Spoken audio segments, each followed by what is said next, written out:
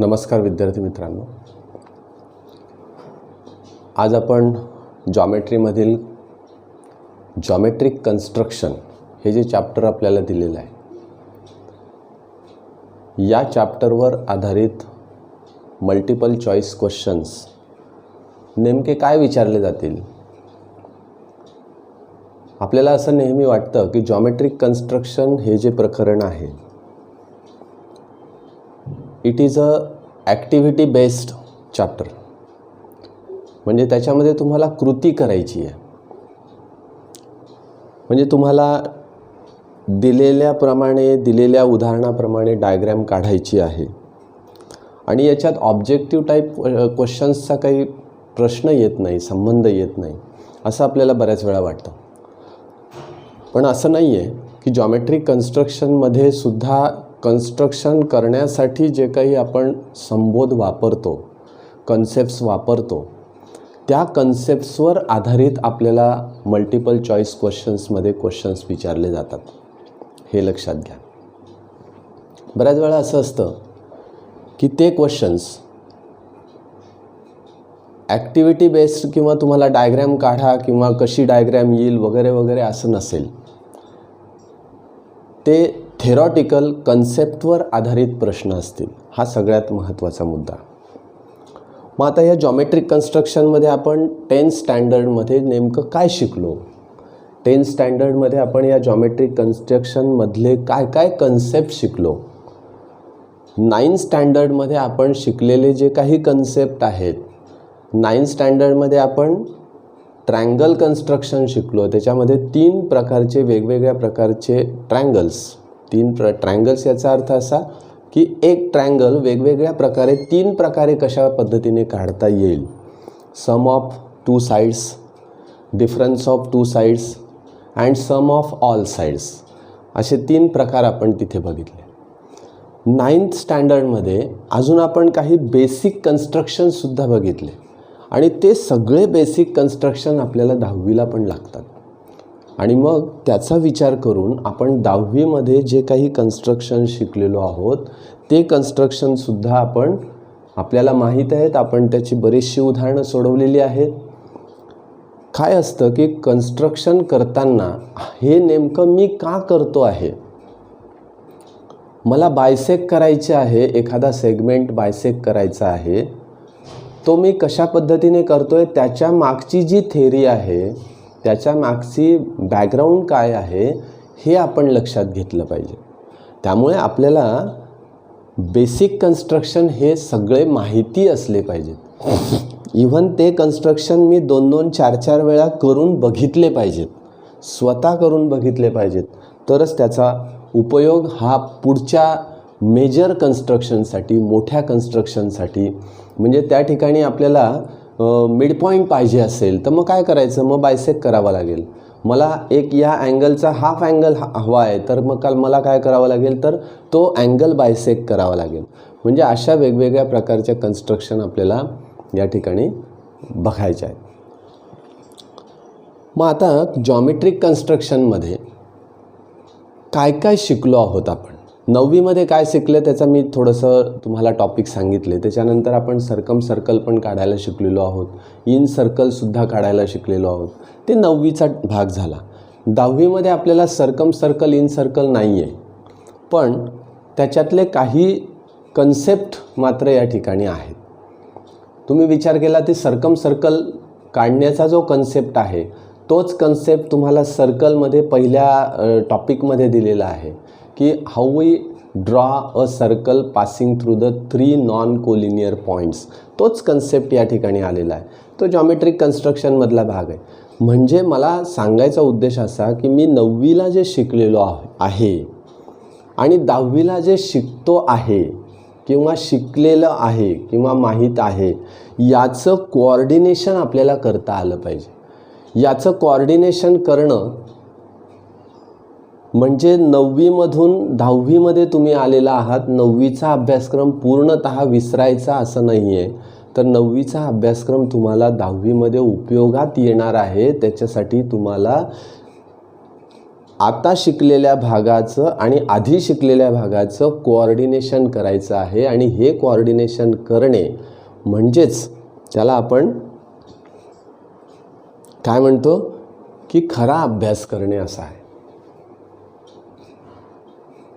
मग आता जॉमेट्रिक कन्स्ट्रक्शनमध्ये काय काय टॉपिक आपण शिकलेलो आहोत.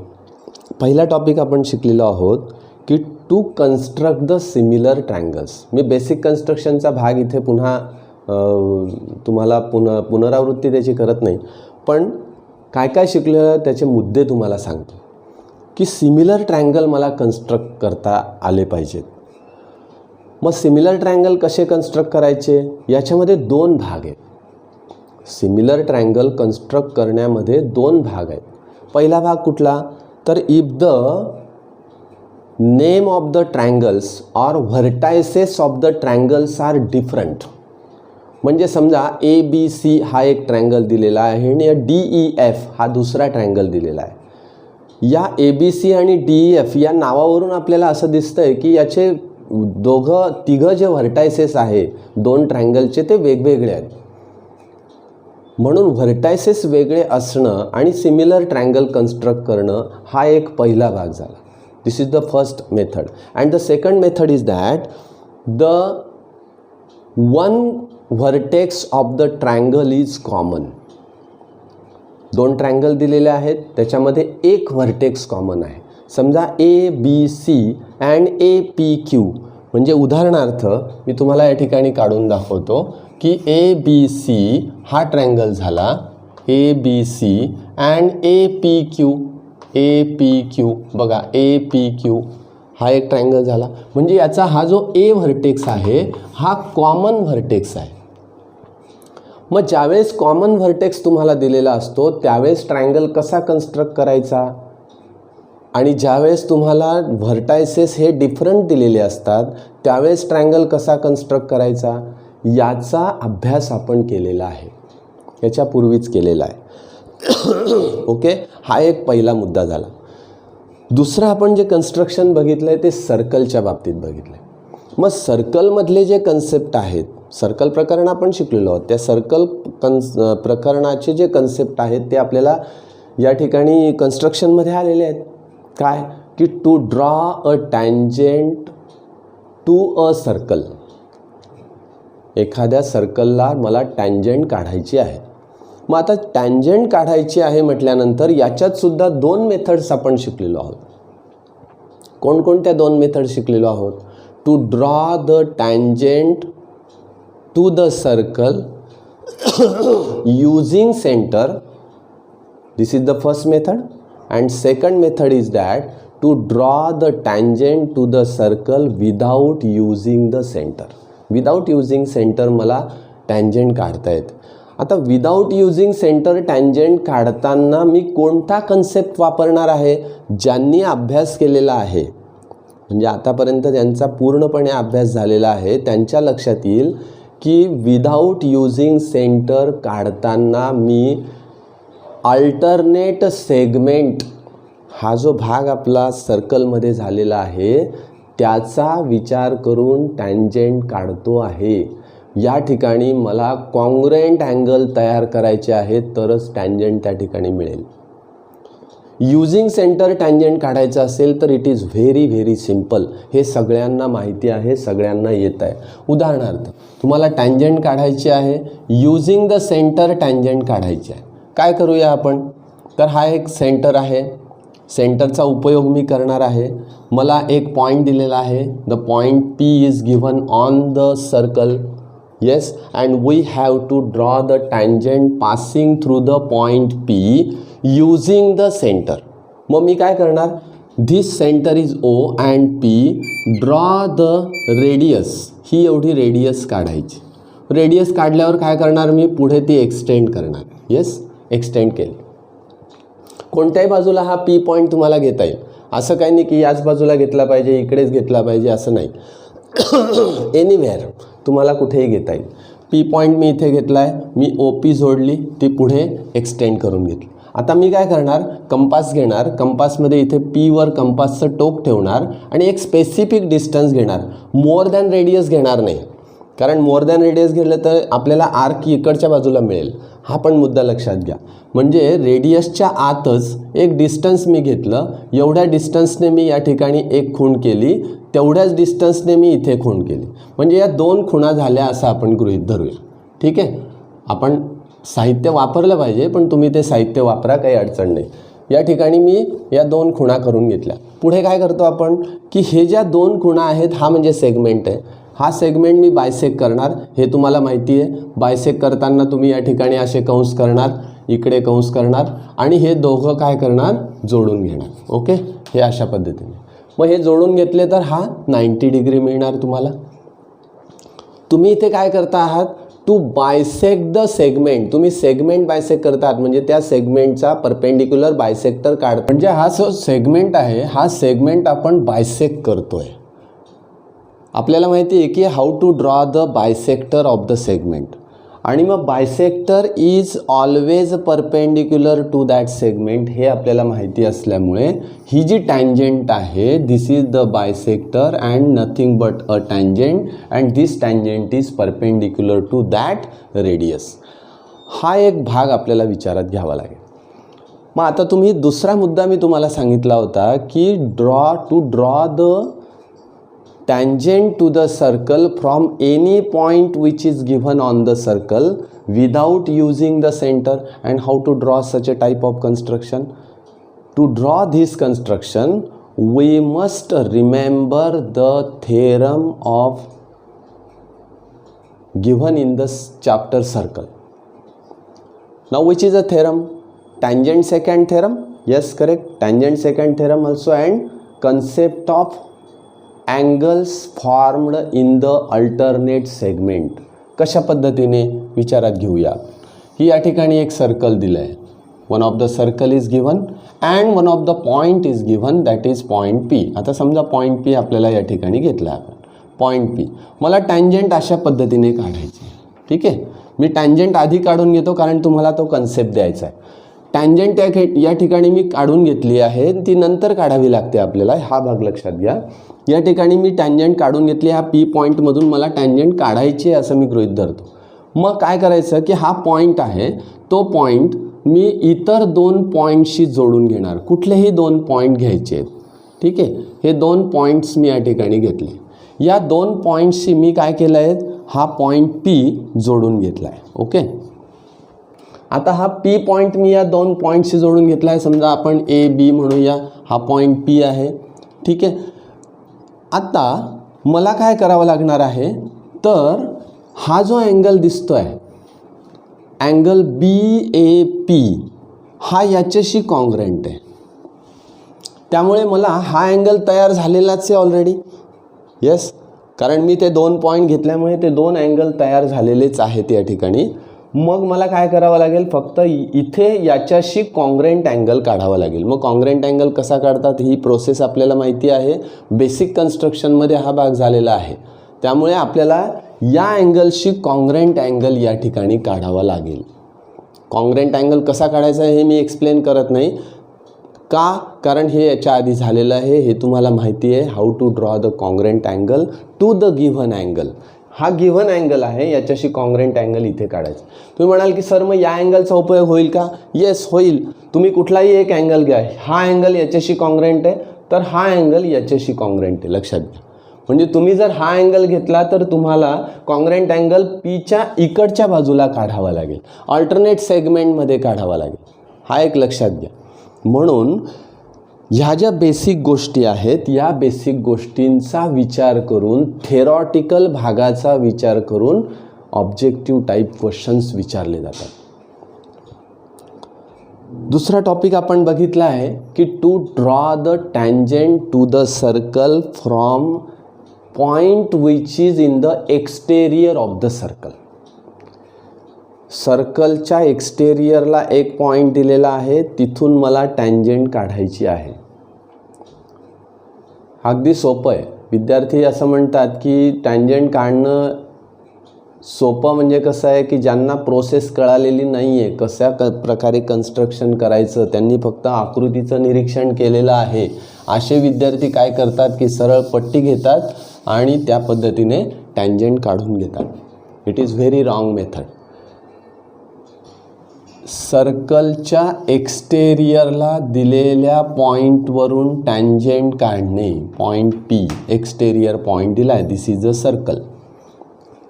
हा एक्सटेरियरला जो पॉईंट दिलेला आहे याच्यातून मला टँजंट काढायच्या आहेत. लक्षात घ्या.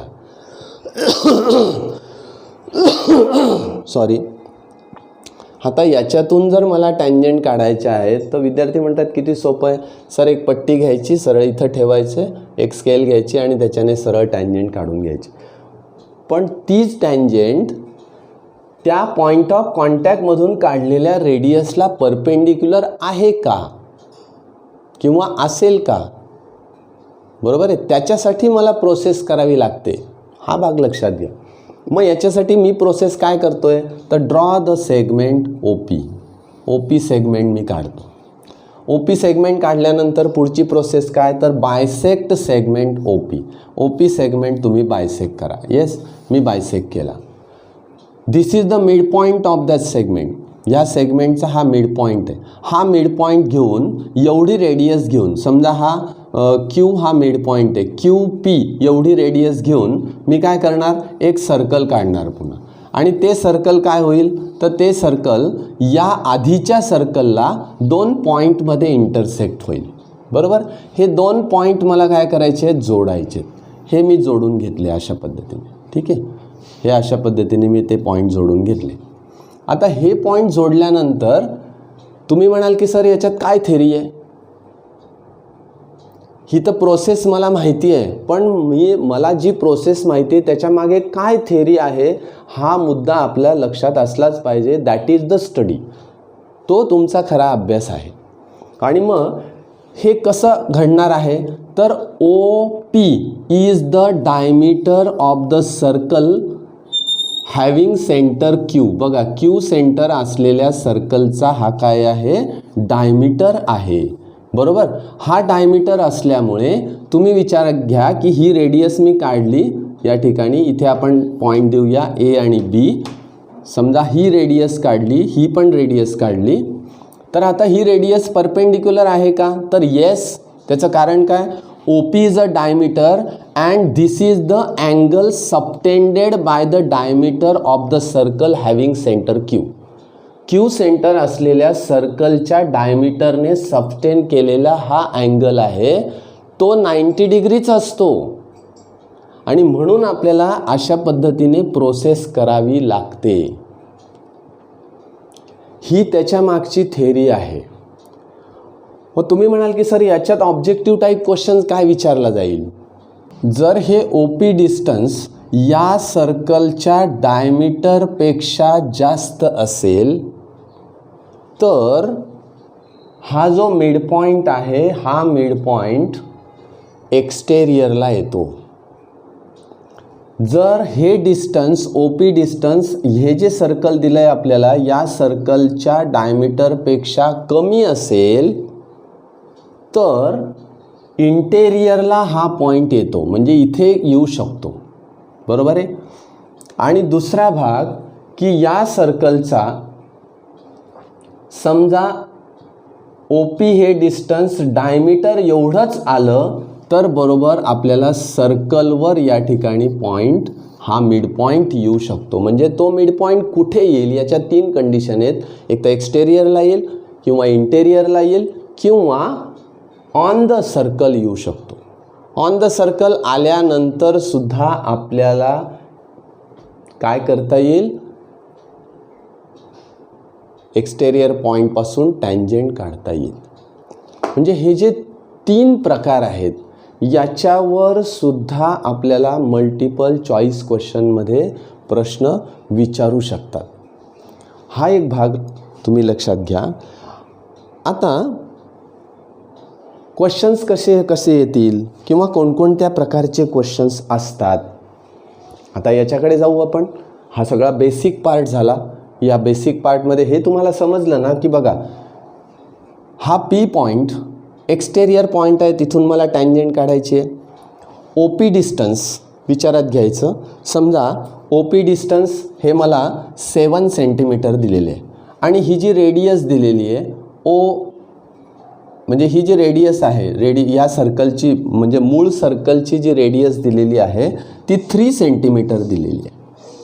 आणि विचारलं की when we draw a tangent from exterior point of a circle, this point is at 7 centimeter, radius of circle is 3 centimeter, where the midpoint lie.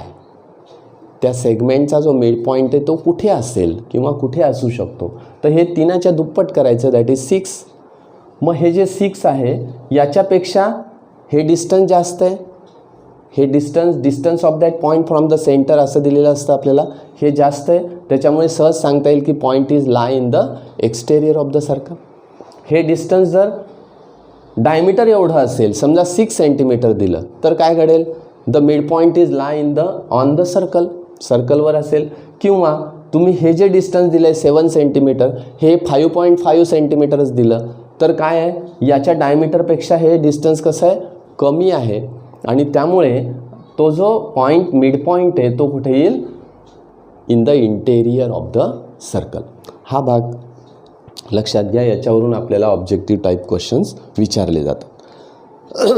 पहिला क्वेश्चन आपण विचारात घेऊया की कशा पद्धतीने विचारलं जाईल. Dash dash number of tangents can be drawn to the circle from the point on the circle. म्हणजे सर्कलवर दिलेल्या पॉईंटमधून किती टँजंट मी काढू शकतो. 1 अँड ओनली 1. एकच टँजंट तुम्ही काढू शकतात. One point is given on the circle. How many tangents can you draw? One tangent we can draw. Second question. The tangent drawn at the end of the diameter of the circle are. Tangents drawn at the end of the diameter of the circle. तुम्ही एक circle घेतलं, त्या सर्कलचा एक diameter काढला आणि या डायमीटरचे जे end points आहेत तिथून तुम्ही 2 टँजंट्स काढले. This tangents are parallel with each other. Concept बघा. आणि मग आपल्याला पर्याय दिलेले आहेत, perpendicular, parallel, congruent, can't say. आपण पॅरलल लिहूया, हे लगेच लक्षात येतं आपल्या की tangents are parallel. Third question, triangle LMN. बघा आता गंमत, मी तुम्हाला सिमिलर ट्रायंगलच्या बाबतीत सांगितलेलं होतं, 2 पर्याय सांगितलेले होते की सिमिलर ट्रायंगल्स कसे काढले जातात. आता triangle LMN similar with triangle HIJ. LM upon HI is equal to 2:3. then प्रश्न काय विचारलाय बघा, then असं असेल तर पर्याय दिलेत. First option, triangle LMN is smaller. B, triangle HIJ is a smaller. Option C, both triangles are congruent. And D, can't say. पर्याय दिले. आता नुसतं निरीक्षण करून आपल्याला सांगायचं आहे. निरीक्षण काय करणार, LMN HIJ. LM वरती आहे, HI खाली आहे, बरोबर. याच्यावरून लगेच ओळखू शकतो मी. मग मला काय विचारलं आहे, then triangle LMN is smaller, HIJ is smaller. HI ही साईड आहे या ट्रायंगलची, बघा ही 3 दिसते, रेशोमध्ये रेशो जास्त आहे म्हणजे 3 आहे. म्हणजे या ठिकाणी आपल्याला हा स्मॉलर ट्रायंगल आहे असं म्हणता येणार नाही, म्हणजे पर्याय आहे A. इथे लगेच लक्षात येतं बघा, इथे 2 आहे, त्यामुळे LM side is less than the side of the triangle HIJ. याच्यापेक्षा ती लेस आहे, म्हणून आपल्याला पर्याय हा निवडावा लागेल. नेक्स्ट क्वेश्चन आपल्याला दिलं आहे, dash dash number of tangents can be drawn to the circle from the point outside the circle.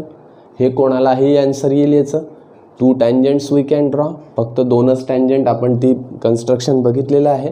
म्हणून मी काय सांगतो की बेसिक कन्स्ट्रक्शन आणि कन्स्ट्रक्शनचे कन्सेप्ट्स आपण एकदा लक्षात घेतले की हे किरकोळ प्रश्न आहेत. हे किरकोळ प्रश्न आहेत. आता सगळ्यात महत्त्वाचा मुद्दा असा राहिला की सिमिलर ट्रायंगल कन्स्ट्रक्ट करताना त्या ठिकाणी जर कॉमन व्हर्टेक्स असेल तर आपण काय करतो आणि त्याच्यावरून क्वेश्चन्स कशा प्रकारे विचारले जातात. एक डायग्रॅम आपल्याला दिलेली आहे. त्या डायग्रॅमचा विचार मी ती डायग्रॅम आधी या ठिकाणी काढतो आहे, नंतर मग आपण त्याची चर्चा करूया. अशा पद्धतीने एक पॅरलल लाईन आहे.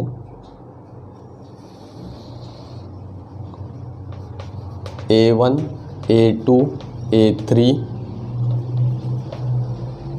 A4 ठीक आहे, अशा पद्धतीने दिलेलं आहे.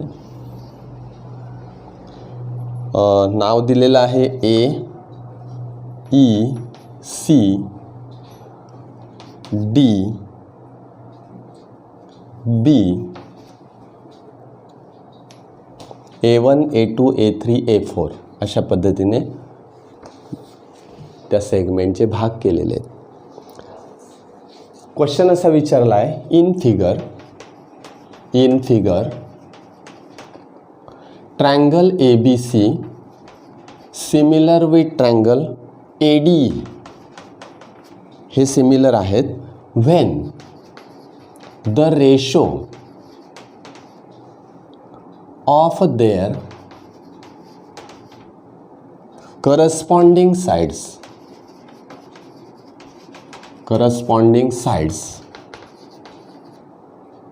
is dash dash dash dash. पर्याय दिलेले आहेत. A पर्याय आहे 3/1, B पर्याय दिला आहे 1/3, C पर्याय दिला आहे 3/4 आणि D पर्याय दिलेला आहे 4/3. अगदी सोपं आहे. ABC ट्रायंगल, ABC ट्रायंगल, दुसरा ADE ट्रायंगल, 2 ट्रायंगल मला दिलेले आहेत. आधी कोणता ट्रायंगल घेतला आहे बघा, हा टोटल ट्रायंगल एवढा, बरोबर. मग ह्या टोटल ट्रायंगलचा AB ही जे साईड आहे हे किती पार्ट आहे, तर 4 पार्ट आहे बघा. 1 2 3 and 4, कारण हे कॉन्ग्रेंट अँगल आपण या ठिकाणी तयार करतो. हे कॉन्ग्रेंट अँगल तयार करतो, इथे कॉन्ग्रेंट अँगल तयार होतात, ह्या पॅरलल येतात, या पॅरलल येतात, हे सगळं आपल्याला माहिती आहे. म्हणजे पुन्हा मी तेच सांगत नाही. या 4 झाल्या, 4 पार्ट, म्हणजे हा 4 as to AD. AD means A3. Yes, म्हणजे किती झाले 3, म्हणजे ऑप्शन काय आला 4 as to 3. हे पटकन आपल्याला ओळखता येईल. म्हणजे अशा प्रकारचे प्रश्न हे जॉमेट्रिक कन्स्ट्रक्शनमध्ये विचारले जातात.